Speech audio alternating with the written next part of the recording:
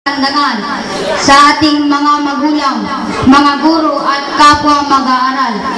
At sa lahat po na nandirito ngayon, isang balagtasan po ang ating matutunghayan na ipapakitang gilas ng mga nasa ika-6 na baitang. Kilalanin po natin ang ating mga tauhan. Lakandiwa na gagampanan ni Charity May Panes.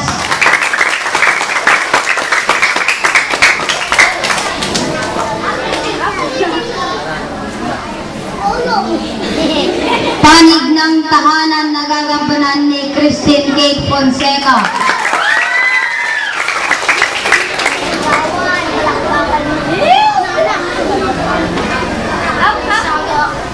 At panig ng paaralan na gagampanan ni Nel Victor Buado.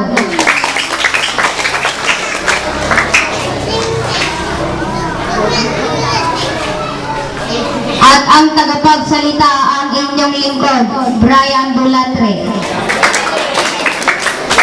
Kilalanin po natin ang tahanan at paaralan na tagapaghubog ng magandang kasalan.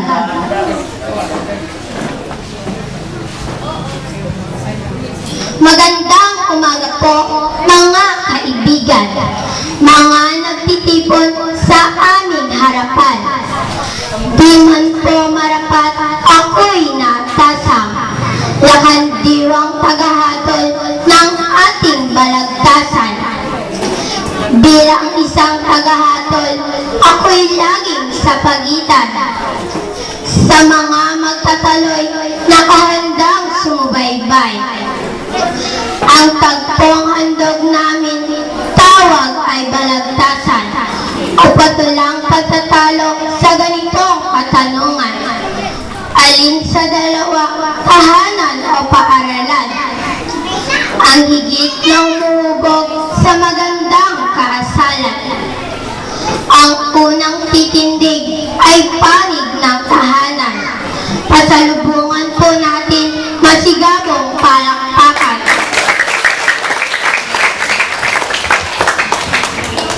Sa naririnig nating paksay, saglit akong natigilan at nabuo sa sariling ipagtanggol ang tahanan. Papaano'y alam natin na magbuhat sa pagsilang. Sa bubong ng isang dampa, nagmula yaong buhay. Ang magulang sa tahanay, siyang gurong nagmumulat ng musmos na kaisipan at ugaling hindi tumpa. Ang turo sa paaralan ay para lang tiyas na oo at mahalagay, balat kayong nanginubad. Sa paghubog ng ugali ng lahat ng kabataan, ay wala nang hihigit pa o tatalo sa tahanan bago natin patungtungin ang bata sa paaralan. Ay taglay ng ugali, kabaitan at paggalang.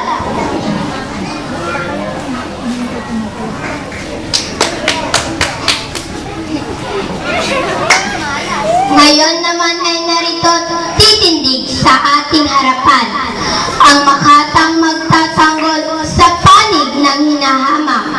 Paaralan ang kanyang itatampok na kalasag at bibigyan ng katwiran sa magandang paglalahad.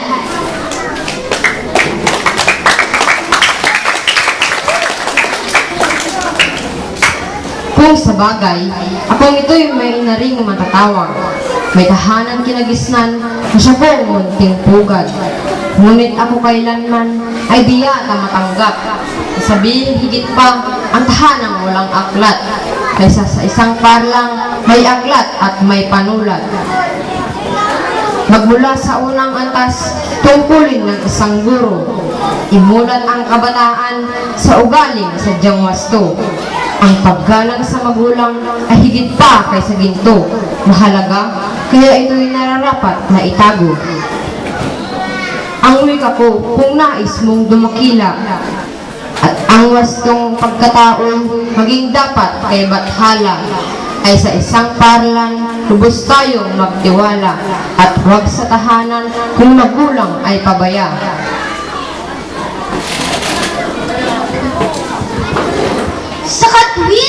ilahad nitong aking katunggali ay siya na ang nagtampo ng mapusyang na ugali.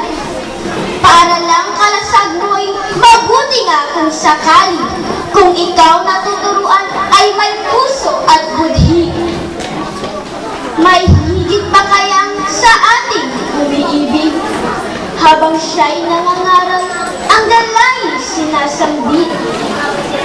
Nasa kanyang mga mata, ang luha ay nagbabatis. Palibhasa'y anak tayo na buhay sa kanyang dibdib. At sa init ng kandungan, pinatulog sa pag-awi. At kasabay ng paglaki, nitong pulang inihasi. Ang binhi ng kabaitay yumabong sa ating isip. Iya'y isang halimbawa, iya'y isang katunayang ang tahanay halimbawa.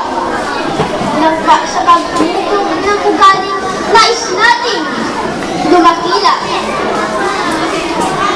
Ang turo sa paralan ay usyambing magugula, na para lang napatalim sa tigang at tuyong lupa.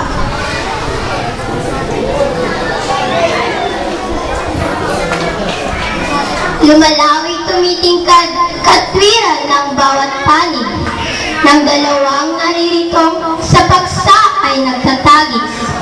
At una nating masasaksihan kung sino ang magtitirik ng bandila ng tagumpay.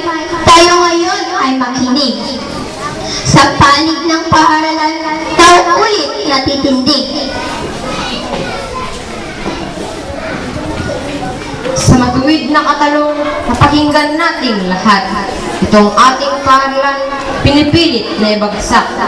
Winawalang halaga, pati itong mga aklat na nagbukas ng isipan sa maraming mga pantas. Pati itong mga guro'y hinamak sa isang iglap. Gayong itong naging ilaw sa madilim niyang landas. Di ko naman nila lahat, meron diyang mga ina na maghapon sa sugalan at katalik ng baraha.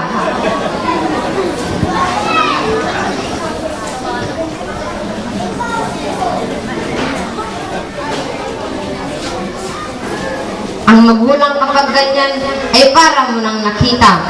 Ang bukas na hinaharap ng anak ay bahala na. Samantalang itong guro ay kadluan ng pag-asang maging paham ang anak mo hanggang bukas makalawa. Ang tahanay humuhubog ng ugaling panlipunan, paarlay humuhubog ng ugaling panlipunan. Ang tahanan ay maliit, ang saklaw ng kabayanan. Ang paaralan ay alaming daigdig ang nasasaklaw.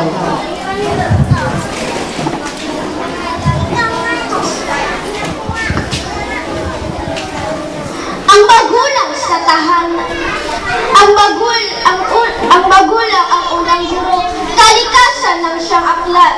Kaya utang sa magulang ang aming pagkatanyag. Yang ating mga ina ay hindi ko hinahamak, ay kumislat ang isipan sa titik ng mga pantas.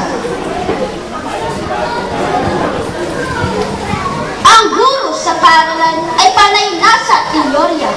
Iyang guro sa tahanay nagaganap sa praktika.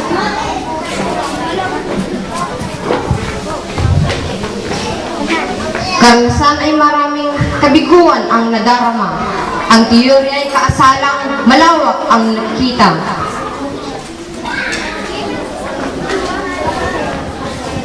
Sa sandaling ito, natimbang ko ang katwiran. Nang magtingki ang talino ng dalawang naglalaban. Ang pasya ko ay isa bilang siyang kahatulan. Sa paghubog ng ugali, itong ating katanungan. Dapat na magkatulong ang tahanan at paaralan. Kaya't sila'y patas lamang sa ginawang balagtasan.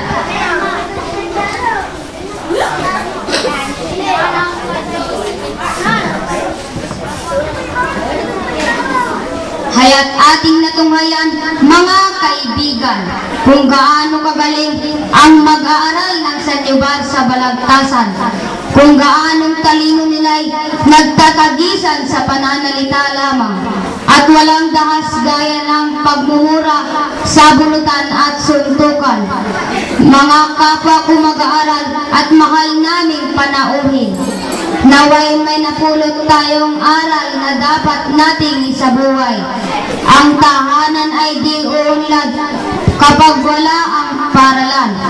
Ang paaralan sa kabilang banda ay di titindig kapag walang tahanan. Magtulungan po nawa lagi ang tahanan at paaralan upang maging matagumpay lahat ng kabataan. Maraming salamat po muli sa inyong lahat. Ang inyong abang tagapagsalita, Brian Dulatre ang ngalan. Ang panig sa tahanan, Christian Kate Fonseca. Ang panig ng paaralan, Nel Victor Buado. At ang inyong lakandiwa, Charity May Panes.